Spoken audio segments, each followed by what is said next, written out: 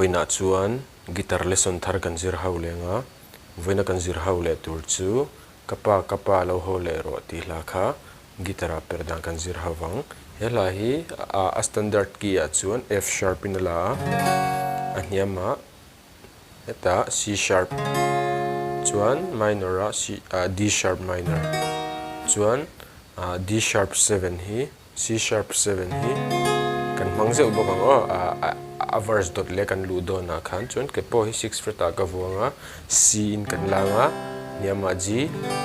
minor A minor chuan a intro le englo vela khan F hi kan mangtel bokanga chuan G7 hi kan mangtel bokanga chuan ti hian kan strumang down up ti khana down up down lo ho le ro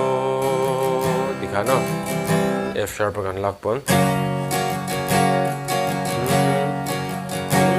na na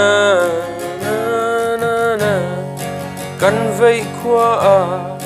sei lua kan phal thei lo dai rial changan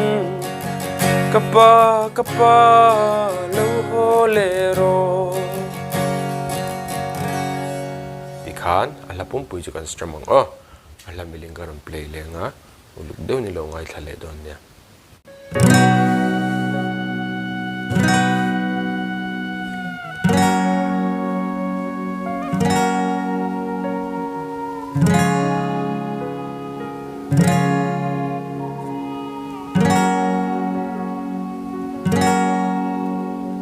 Mag